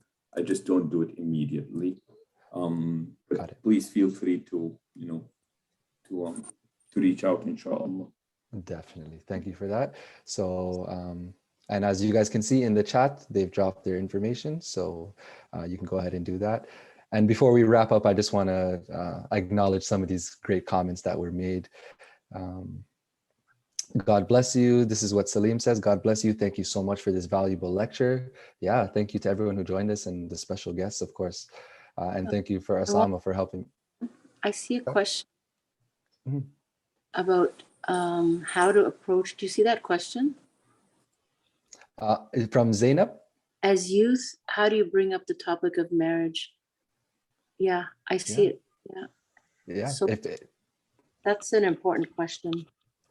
Yeah. Unless I can communicate with her after, I guess. Yeah, I mean, if you'd like to answer maybe something quickly now, and Zainab, if you would like to connect with Omaima, please feel free to either message her privately on this Zoom chat. But yeah, Omaima, if you'd like to answer quickly, you can. I do mean, that. you know, I guess we have some modesty and shyness, going to our parents and saying, I want to get married. And maybe we don't approach it so directly. Maybe we have a conversation with our moms or our dad, depending who we're more comfortable with, about how they got married. If you don't know already, I think, I mean, having a direct conversation is always best, but I think it's important to have that conversation and just to pick a time that's a good time. Or maybe if mom is busy, because often moms are quite busy, like pick a time to go for a date with your mom or your dad, like maybe leaving the meeting outside. I think it's conversations we need to begin.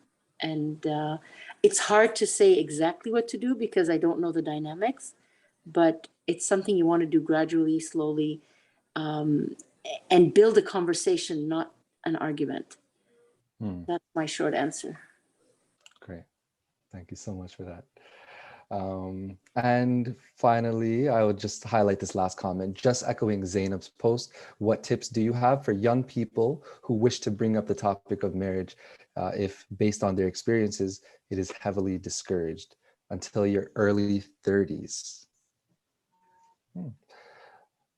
Saeed, if you'd like to hop on and maybe ask your question like directly, but yeah. If I may say something about that, Marwan. So yes. There is something that I talk about. It's called the, and I speak in this, in terms, by just, to me, openness and transparency about these topics is very, very important. Okay, so you're expected to wait until you're 30 years old. What do you do in between? The average person nowadays is, biologically, physically ready to be sexually active around the age of 15, 16. If you're telling me that the next time or the first time that I can be with somebody, with a man or a woman, a man being with a woman or a woman being with a man the halal way is going to be when I'm 30, what am I supposed to do for the next 15 years? What that has done is that it creates a great deal of what we term sexual frustration. And because of this, now we see a growing amount of pornography consumption. We see a lot of people addicted to these things. I have kids as young as 11, 12, 13-year-olds who are already addicted to pornography. Okay, you cannot tell me that you've got to wait for that long before you do anything, while the fitna around me is just going left and right. It's following me. It's on my apps. It's my phone. It's the people. It's at the university. It's at work. It's on the subway. It's at the restaurant, at the airport. Anywhere I go, I am bombarded with this fitna. And I'm not talking about just sexual. I'm talking about just feeling emotionally empty. The idea of desiring to be with a woman is very exciting. Desiring to be with a man for a woman is very exciting. So you can't really say, oh, we only talk about this when you are, 30. That is not, that is very inhuman. And that's why, subhanAllah, to be at that age, to be sexually active around the age of 16, 17, that is actually closer to the fitrah. That's closer to nature. We would say the person who does this is closer to fitrah, to nature, as long as they do it the right way. What we're doing is that the access to haram is so easy, and we are making access to halal to be so unbelievably difficult. And that is just not acceptable. What I tell parents and children is it's very important that we create a safe environment at home where people can actually bring up these topics. I want to bring up the topic of marriage with my kids. I want to make sure that, look, guys, I don't want you to do anything haram. Please let me know whenever you're ready. Let's talk about this. I'd encourage these conversations. I would bring them up and I would do all of these things. However, before you jump on this, you've got to make sure that, number one, you have displayed enough maturity. You can't really be, on playing video game all day long and you insist that you don't do anything around the house, but you insist that you're ready for marriage. No, you're not. If that's how you carry yourself, you're not ready for marriage at that point. So displaying some kind of maturity, practicing discipline, showing that you are actually responsible, I would say that this puts you in a better position to actually, be able to bring up the topic of marriage with your parents. You take your school seriously, you take your work seriously, you're always looking for this, looking for that. That just gives me a better impression that you really are ready. Jazakallah khair. I agree 100%. I find in many families, the brothers are approaching marriage or asking about marriage, and we have a responsibility as parents when our sons and daughters come and say, I want to, or I'd like to.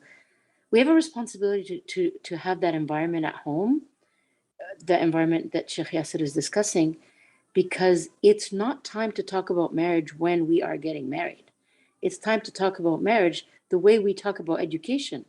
We talk about education when the kid is 5 and 4. And that's when we start, planting the seeds. What do you want to do when you grow up? What subjects do you enjoy? And so by the time the child is ready for university, we kind of have an understanding of where their head's at and what are their inclinations as far as education. So I put those two in the same box. Also, financial responsibility. And it's not waiting until he gets his first job that we start saying, okay, you have to. The idea of saving and the idea of spending for girls and for boys, all the discussions that rotate around marriage don't start or should not start at the time of marriage. I'm not going to say it's too late. I'm saying better, earlier is better. And then even I remember some boys that approached me about getting married. They were 18. They were in first year university. They were nowhere near being able to actually get married. But subhanAllah, not only do you have that conversation with your parents, after you're done talking to your parents and sort of coming up with the consensus of what you and your family are looking for, you still have another consensus. You're going to go knocking on doors or talking to sisters and talking to their parents. There's certain things certain parents will not even entertain. So I think that's why I named it a journey. And a journey has its ups and downs, and it's not linear that way. And I think from what I've seen with some of the brothers, mashallah, men are usually focused. When they have a goal in mind, they stick to it until they reach that goal. And I've seen men who started looking at the age of 18, they married at 23, 24. And subhanAllah, I saw the growth that happened in those 3, 4, 5 years. They became completely different people because they put the idea of, I will have, inshallah. I mean, once you have that mindset, you work towards it. So I agree with the video games and the couch. Those are problematic. Those are very problematic. And I read some research about, what are they called? Widows. There's special kind of video game widows and these are non-Muslim. Like they dated, they did whatever they do. And then after she got married, she discovered that he is addicted to video games. He doesn't even make it to work. He loses his job. So I think they named him Video Game Widows, if I'm not, because basically she's married, but she's not, because he's constantly playing games and playing those games.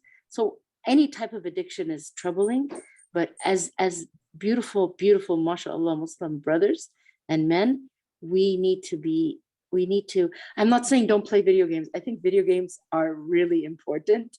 They have a role, but it's how much time and what else are we doing that is building our maturity and our responsibility. Jazakallah khair. I'm done speaking. Sister Omaima, you reminded me of and I have to leave after this comment, please. You remind me of, so one thing that we teach in premarital counseling is people ignoring red flags. So I have had these young sisters who would, said that they met this brother and they'll say, oh, so what do you like about him? Oh, he is so young at heart. He is like a baby. He's such a young kid. And she marries him and she comes back and she goes, I really did marry a young kid. I'm married to a kid. We got people in their 40s and they're still addicted to video games. And problem with video games is that they give you a false sense of accomplishment. Like you really did nothing. Fine, you finished the Sudoku. My favorite game, by the way. That's like the only game that I play. And I do feel proud when I do the Sudoku. I'm usually looking at how long it took me. But the idea of just being on Fortnite all day long or all night long, is like, it really gives you a false sense of accomplishment. It's very addictive. And by the way, psychologists are the ones, the longer they keep you on this, by the way, the same people who do this are also the same people who invented the slot machines in Las Vegas. But the point is that we want you to be engaged in this for as long as possible. Because the longer you stay, the more money they make. The more addicted you are, the more you would spend, and it just goes on. But I just want to say, Jazakumullah khair, thank you for having me. It's almost Isha time for us here, but it's been a pleasure, Sister Omaima. It was good meeting you, and to all the participants, Jazakumullah khair. The program continues. I'm just leaving, so please do stick around. Jazakallah khair. Have a good night, and we'll definitely be seeing each other soon. So, yeah, that was a great presentation. We've been blessed, and like I said before, you guys, I think we should do this again. Don't you guys think? There's a lot more to talk about. Abdul Halim, I see your message in the chat. He says, hi, Omaima and Sheikh Yasir. Can we arrange for Zoom with our youth to benefit from this valuable information if you have time? For Australian Muslim youth. Oh, we got to support our brothers and sisters out in Australia, big supporters of us. So I would suggest, Abdul Halim, that you either maybe join her on Clubhouse. So my schedule is more flexible. I would check with Sheikh Yasir first, right? I am down to that. By the way, in 2 hours, I'm sorry. Here. I just heard it and I said, I forgot to say, in 2 hours, we actually do have a Zoom program for the Eritrean Muslims in Australia. You do? Nice. Yes, inshallah. Can you send us the link? Yeah. Please drop the link. Got to support our people out there, man. No, I want to hear shit. Thank you, Marwan. Yes, no problem. Okay. Make sure that we've got the program going on. Who is running it? Mahmoud Noor is asking who's running it from Australian side. If anybody has an answer, who is running that? Assalamu alaikum. It's Co-Health. Sorry? Co-Health. They're called Co-Health. Co-Health. Yes. Okay. You'll see it in the post, inshallah, when the Sheikh shares it. And what's the topic? What's the topic? Is it like?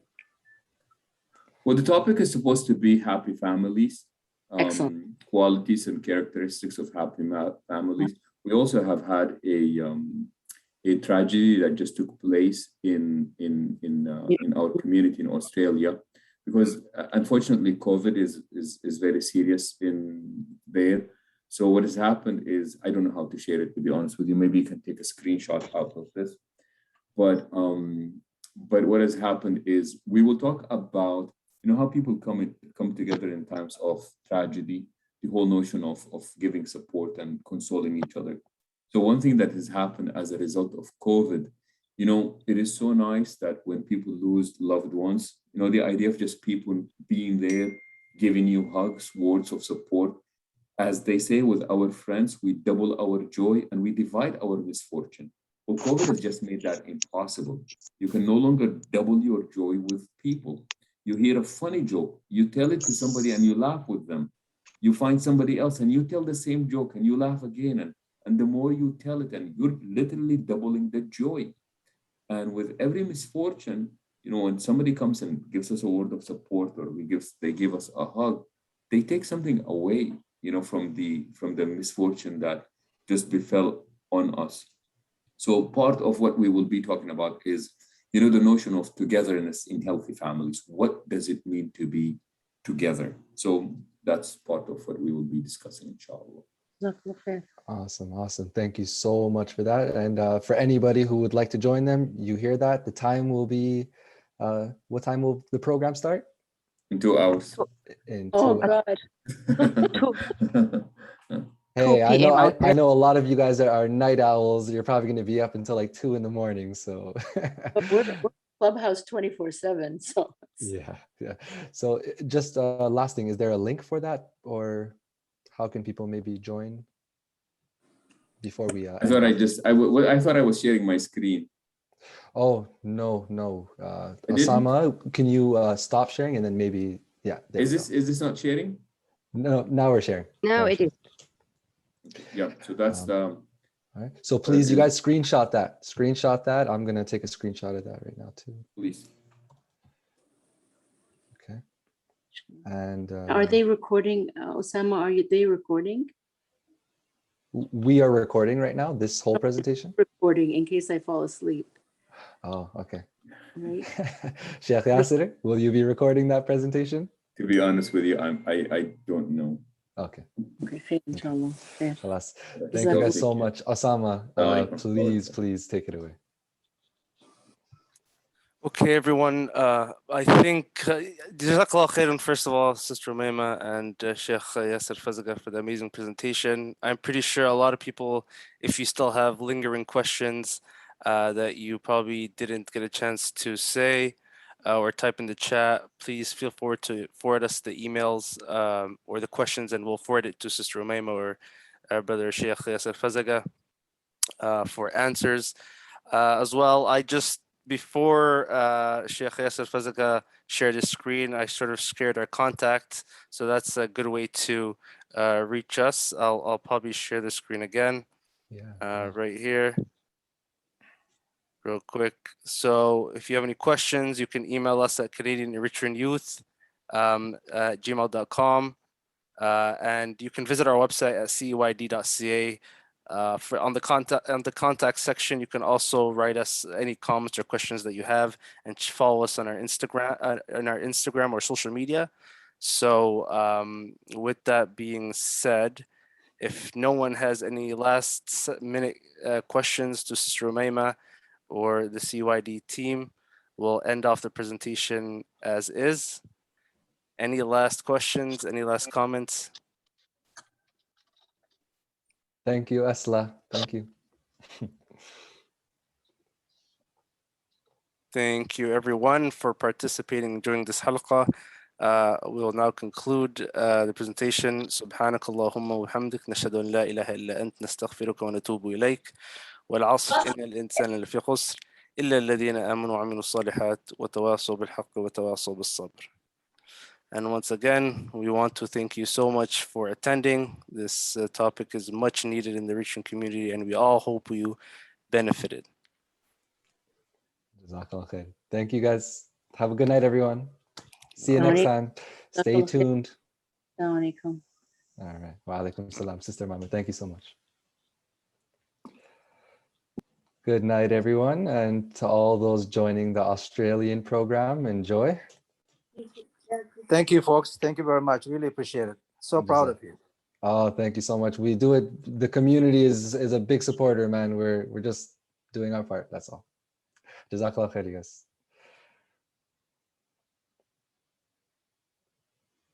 Okay. All right. No more. Oh, we got one more comment. Australia, we are already in conversation with Sheikh Yasir for youth sessions. Stay tuned. Oh, Iftisam, good luck with that. But I think that's the last comment, so you could probably Alhamdulillah, it's like a small word. We established some bridges with Australia. Yeah. Hopefully, we'll have something with UK and Sweden in the future, inshallah ta'ala. Jazakumullah khair all for joining, and barakallah fiqh, Sister Omaima, for the great presentation, and Sheikh Yasir as well. Barakallah fiqh. Jazakallah khair. Thank you, Ahmed Jamal.